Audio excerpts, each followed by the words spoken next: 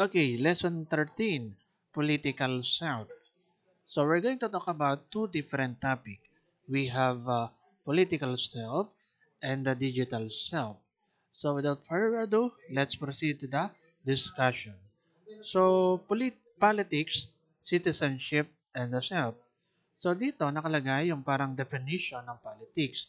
So ito naman ay given na simpleng term lang naman siya, di ba? Politics. Politics refers to the action or activities concerned with achieving and using power in a nation or society. It is also defined as the ways that power is shared in an organization and the ways it is affected by personal relationships between people who work together. So una, may nabanggit dyan na power. Using power in a nation or society. Yun yung parang pangunahin na pag-explain kapag ka sinabi nating politics. Kaya nga dito sa number one, para masabi nating politics, politics as imbibed by men implies several things. Una, we have here politics is concerned with power. Okay? Power inequalities can be observed within societies. The one who holds power holds influence. Okay?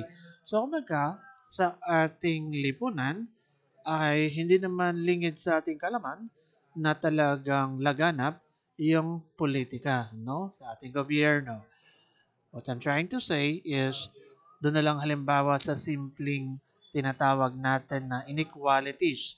Pero sa bagay, hindi naman simple lang yung term na inequalities. Kumbaga, maraming naapektuhang tao kapag kausaping inequalities. So, power inequalities. Kumbaga, hindi pantay, yung distribution ng power or masasabi nating nagkakaroon ng unfairness because of the power. Okay.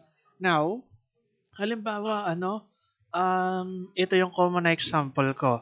Merong lalaki, na nagnakaw ng 2 pirasong dilata and maring wala pang isang oras ay nakulong na siya kaagad. Whereas, kung ating ikukumpara or iko-compare sa mga taong mas may mataas yung posisyon sa gobyerno, like mga senador, congressman, or kung sino man na nasa posisyon na mataas.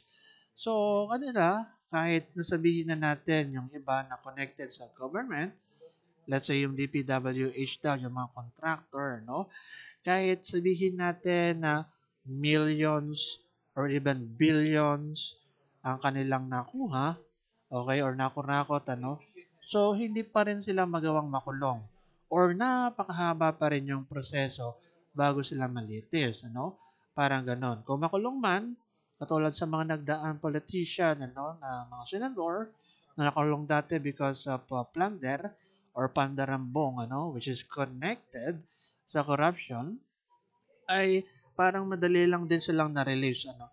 Bakit? Because of the power. So, kumbaga, kalakip nga ng politics yung power.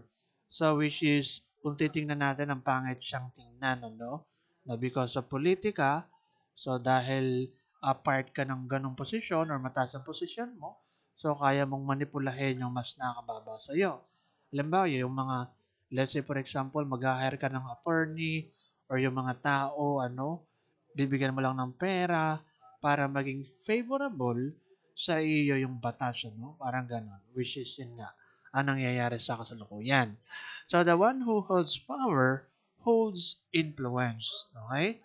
So, ngayon, dito naman tayo next.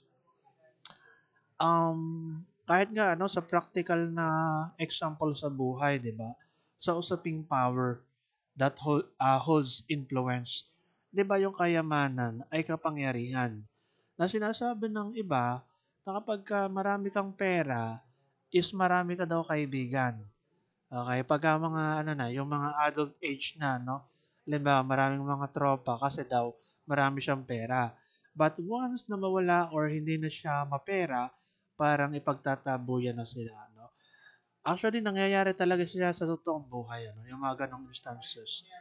So, kumbaga, because of money, nakokontrol yung tao. Okay? So, dito naman tayo para hindi natin masyadong babain. So, politic function based on a particular social, economic, and cultural context. The nature of politics and political system is dependent on the culture of the state. Political claims made by advocates are influenced by their geographical location and ideology. Sa number two, we are talking about yung politics, yung function daw niya based sa particular social, economic, and cultural context. Kung ating titingnan, which is connected sa geographical location and ideology, social at saka cultural or social economic and cultural context. Let's say for example, sa ating bansang Pilipinas, kumbaga laganap yung demokrasya, no? Kumbaga para sa bayan, okay, mula sa bayan or mula sa tao, for the people, to the people, mga ganon. Okay? Yung batas. Ibig sabihin, malaya tayong nakakapagsabi ng hinaing, sa gobyerno. Okay? Kumbaga, openly. Whereas, based sa kultura, or something na cultural context na may sasabi natin, ideology, doon sa North Korea, so dictator, yung kanila, diktador. So si Kim Jong-un, if I'm not mistaken, yun yung parang pinaka-leader nila. So kumbaga, kontrolado na ang mga tao doon, okay? So yun na lang mga pagpapahayag ng media, etc. Kontrolado niya. Kasi nga, diktador, Ganon kapag ka-diktator, yung pamumuno or forms of government. So, yun yung kanilang cultural context. Eh. Kumbaga, yun na yung kinagis ng kinamulatan ng North Korea na ganun yung way or form of government which is diktador, doon sa lahi ni na Kim Jong-un, parang ganun. The same thing, halimbawa, doon sa Britain, United Kingdom, in which monarchy ang kanila. Queen or king, mga ganon, yung namumuno. Wala silang konstitusyon, pero meron silang kasulatan, na parang yun yung kanilang sinusundan, na panuntunan, doon sa lugar na yon or doon sa bansang ganon. Okay? Para ganon. Or hindi konstitusyon maaari yung tawag sa kanila, okay, doon sa parang batas sa kanila. So, dahil nga, king or queen, yung namumuno doon sa mga ganong country, United Kingdom, if I'm not mistaken, Britain, mga ganon, di ba? And then, pagka namatay sila, or dying, ipagbibilin yung kanilang anak, ang magtutuloy ng kanilang pamumuno, Kumbaga, parang political dynasty, So, in that way, papasok yung number two, politics function based on a particular social, economic, and cultural context. Okay? So, ganun lang naman yung paliwanag dyan, And then next, we have here, the political is also personal. One's personal choices reflects his or her personal politics. Both are indistinguishable. Okay. So, kumaga, tayo may kanya-kanyang political preference or colors. So, halimbawa na lang sa inyo, meron sa inyong DDS, meron sa inyong dilawan, pinklawan, meron sa inyong BBM, mga ganun. Ang common ngayon is DDS versus BBM. Sila yung parang mainly na magkalaban ngayon, Okay? So, dati, ang magkalaban ay DDS at Pinklawan. Sabagay, magkalaban pa rin naman sila, pero ang main na magkalaban ngayon is BBM, DDS, So, ngayon, kung ating titingnan, talagang iba-iba yung ating pagtingin sa politika. So, halimbawa na lang sa inyo mga student. So, sa usaping scholarship, okay? Halimbawa, kumuha ka ng scholarship or nag-apply ka ng scholarship kay Vilma Santos or kay Dodo Mandanas or whoever it is, ay ating masasabi na since maayos naman yung service, nung governor na yon, maayos ang pamamalakad, okay? nagbibigay ng extra, doon sa scholarship, di ba? May mga ganun kasi. So, in that way, mapapaisip kayo na, ito yung iboboto ko, no? Kumbaga, naging personal for you since naka-experience ka sa sarili mo na gano'n yung pamamalakad niya. So, that is why, nakalagay dyan, the political is also personal. Okay? So, parang gano'n, di ba? So, balik tayo dun sa usaping mga DDS, BBM, Pinklawan, mga ganun, di ba? So, ngayon, syempre, hindi ko na kayo tatanungin kung ano yung preference nyo, ano?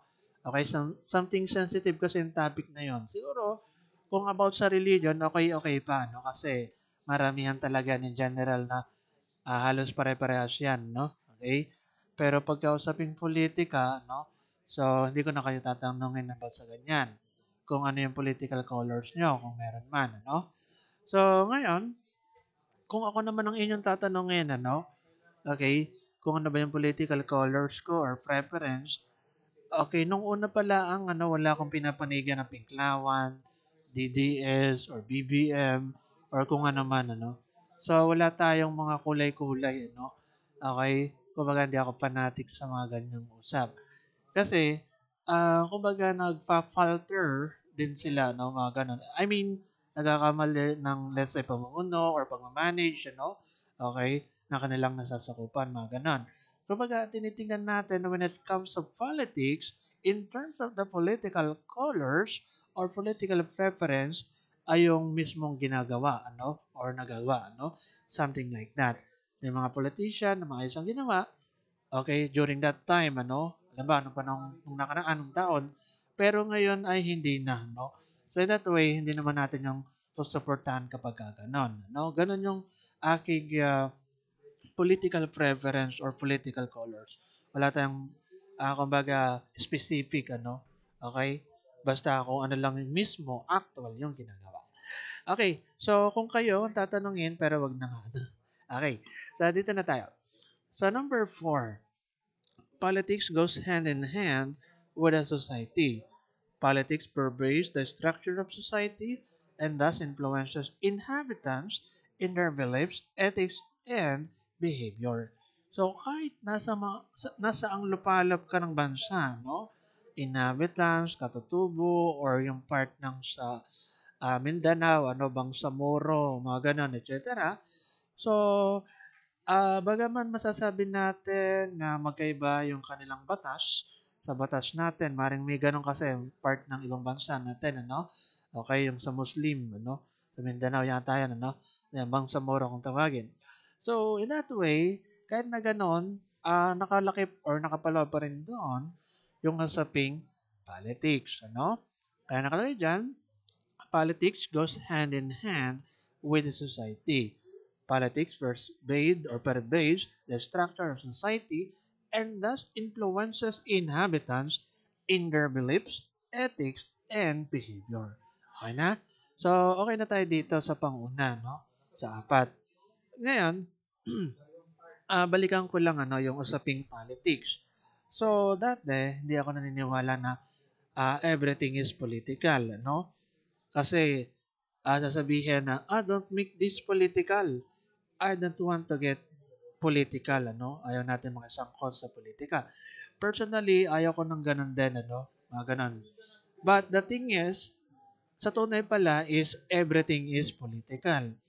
Tingnan na lang halimbawa natin like sa mainstream media, social media, kung saan nakakalat natin yung iba-ibang platform, okay, ng news, something like that.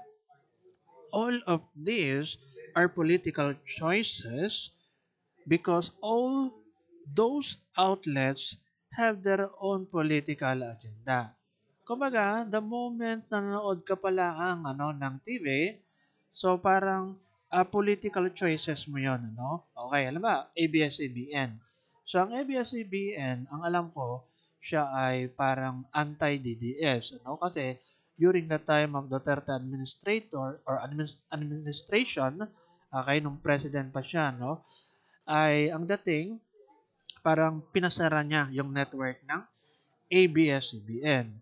So, pinasara yung prangkista, no? And because of that, so naapektuhan yung ABS-CBN, maraming nawalan ng trabaho, hundreds ng mga staff ng ABS-CBN nawalan ng trabaho kasi nga pinatanggal ng Duterte administration yung prangkista ng ABS-CBN noon ha.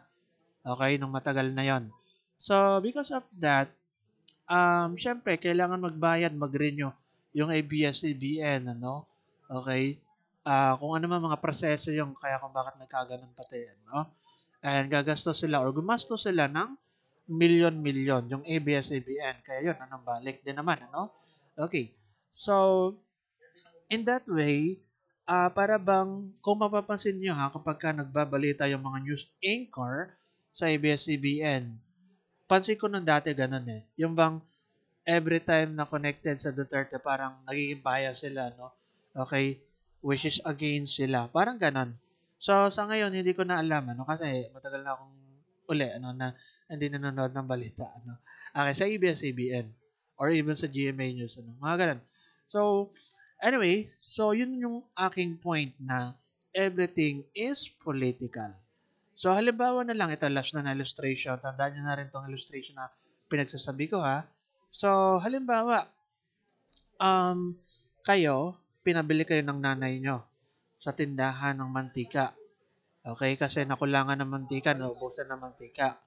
Ngayon, nung pagpunta mo sa tindahan, nakabili ka, pag uwi mo, or nasa kalagitnaan ka na habang naglalakad, tinignan mo yung sukle, at nakita mo na, kulang yung sukle. Ngayon, sangayon sa konstitusyon, meron tayong freedom of rights. Kailangan nating ipaglaban yung ating karapatan. Diba, nakita natin na mali, Okay, mali yung sukli or kahit simpleng ganon. So, in that way, papasok yung idea ng politics. Kasi we have the power to use, na paglaban mo yung mali, Karapatan natin yan. So, in that way, everything is political. So, ganun lang yon, di ba? Simpleng maayos yung ating paliwanag. So, dito naman next, medyo napapahaba pala ako ng discussion, Parang medyo detailed yata yung pagkakadiscuss ko doon sa part na yan. Active citizenship refers to the structured form of engagement with political processes and everyday forms of participation in society. It is also defined as the process of sharing decisions which affect one's life and the life of a community in which one lives. Participation is the fundamental right of citizenship. So, kumbaga, kalakip ng pagiging active citizens yung participation. The moment na nagpa-participate ka sa ating society, pwede nating masabing active citizens ka. Let's say, for example, bumoboto ka, So, yung simpleng pagbibilog, shade sa balota, O shade dun sa mga kandidato, dun sa papel, then sa balota. So, in that way, sa ganung pamamaraan, nagiging active citizens tayo, Kasi nagiging part tayo sa paghahalal ng official. Okay? Now, the thing is, bigyan pa natin ng simple lang ng mga example, Kahit yung mga pagrarally ng iba or social movements, actually, yun nga pinaka-common din ng mga pagiging active citizens din, Okay? So, yung mga aktivista, Sa atin naman, sa Batangas State University, ang alam ko, wala namang ganong aktivista dyan, or yung mga nagrarally or what, yun ang alam ko dyan. So, more on sa University of Philippines, doon marami, Okay? So, may view ako about dyan pero hindi ko na lang sabihin kasi haba tayo ng discussion. Pero, kanya-kanya ng preference, Pero kung sa tingin niyo talaga na inaapi kayo or what or something, or hindi na makatarungan, why not na ipaglaban mo yung karapatan mo? Okay? So, kumbaga nakikiisa rin ako sa mga ganyang bagay. Okay? Pero so far, yung pamalakad naman sa atin sa Batangas State, halimbawa lang, hindi man sa gobyerno mismo, sa Senado or ay di okay naman siya, sa ngayon. So anyway, moving on. Active citizenship is a practice of democracy. Kasi kung, alam niya, i-share ko lang to, na isa lang ha. Basahin ko nga muna para diretso tayo. Active citizenship is a practice of democracy. Active democracy should not only be thought of as a form of government. It is a communal system that allows volitional freedom of citizens to make informed choices that allow them to be heard. So, kumbaga connected din now sa active citizenship yung word na democracy, no? Parang ganun. Ngayon, kung tatanungin ninyo, no, personally, ako, halimbawa, kapag may nakitang reklamo or mali or something sa sistema, naalala ko lang ng dati, last 1 year ago or 2 years ago, no? So, talagang pinaglalaban ko yon. Halimbawa, ako bilang instructor, bilang prop, ngayon, may nakita akong mali sa sistema sa department. So, ginawa ko talaga yan, nung last 1 year ago or 2 years ago, And, nagreklamo ako sa, sa dean, nagreklamo ako sa parang, kumbaga, vice president ng school, parang ganon. And, kumbaga, kinastigo, pinapunta ako kasama yung department head, etc., mga ganon. So, basta, mahabang kwento yon, hindi ko na ikakwento. Pero, ang point ko lang, bilang individual, kahit anumang sitwasyon sa aking buhay, so, isa yun sa natutunan ko, na ipaglaban yung karapatan mo. Okay? Kapag may mali ka nakikita sa sistema, kahit nga sa amin, sa bahay namin, sa subdivision namin So, may mga reklamo ako na, mali yung ganito or what, dapat ayusin. Okay? And nakikisa naman din yung iba. So, yun yung point ko. Actually, um, nung estudyante ako, nakatulad nyo, wala akong ganong kaisipan or hindi ganong kalakas yung loob ko. Oo. As in, totally. Hindi talaga ganong kalakas ang loob ko. Pero, ngayon, na ako ay working na, at saka, hindi ko siguro ng mga experiences, in life na mabibigat or sobrang matitindi. So, yun yung nagtulak sa akin na laging ipaglaban yung karapatan kapag may mali. Okay?